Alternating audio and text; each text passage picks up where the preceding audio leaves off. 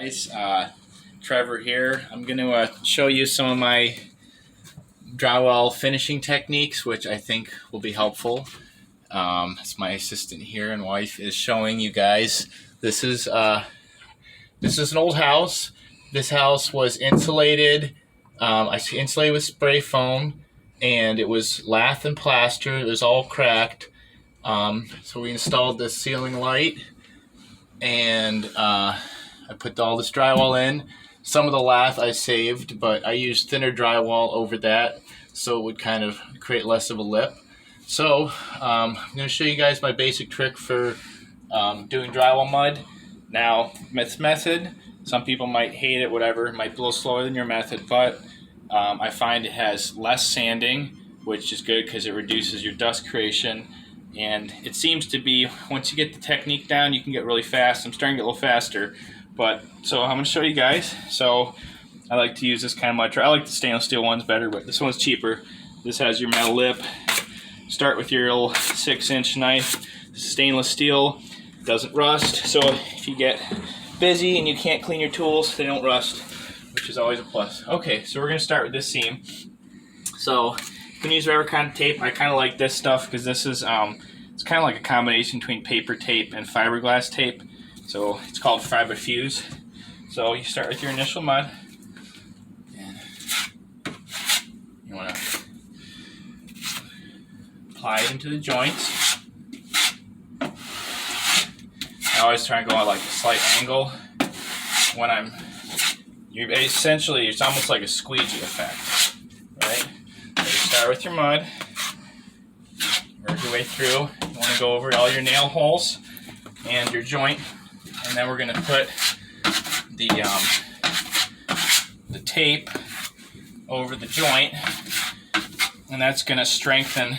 Now it'll be a little bit, and this joint, as you can see, is a little bigger.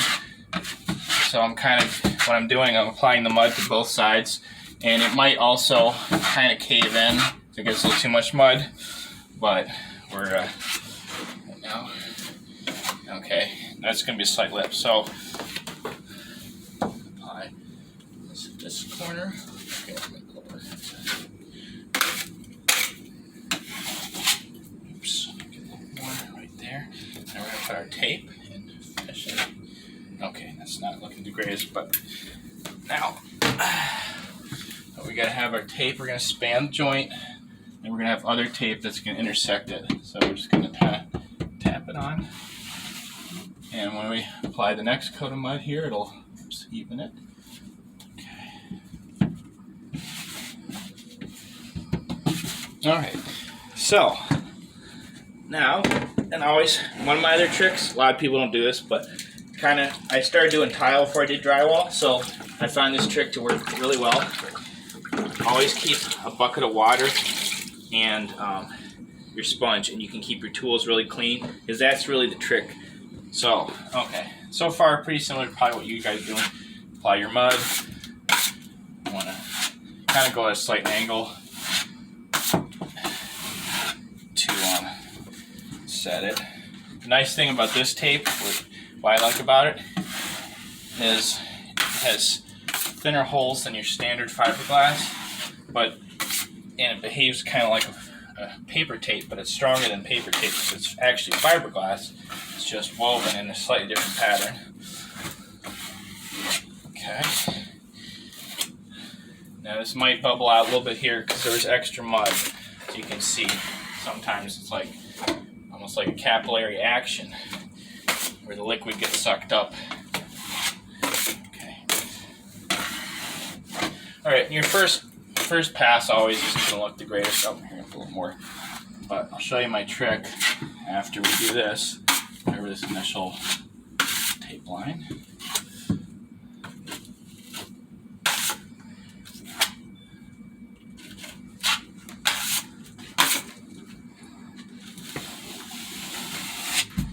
Now I'm going to apply a little more mud, but that's basically it. Essentially, what I do at the very end, and it won't really show on this as much, but maybe with the corners.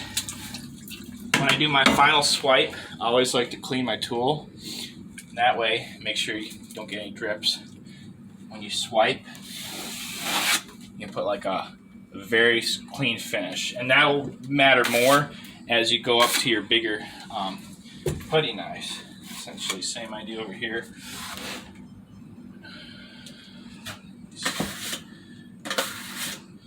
Now in this case, there's just going to be a slight lip, but we're going to,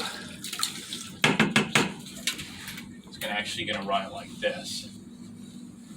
So I'm going to need a big, as you can see, I'm going to need a bigger drywall knife to do that one correctly. So let's get my bigger knife here. Oops, sorry. And I'll show you. This will be, I already pre-cut these. Fiberglass reinforcement. So you don't always need to bed it. Sometimes you can just put your mud on top and you'll get some underneath anyway. But okay. So you can see this is going to get you better blend. So when you do your second, you do with your, this is actually a tile tool, but you can use, I'm just going to grip it like that, get a little more control. And then, now, here's my trick. As you can see, it's got a slight residue. This little trick here will save you a lot of sanding time. Get your tool clean, and then you wipe.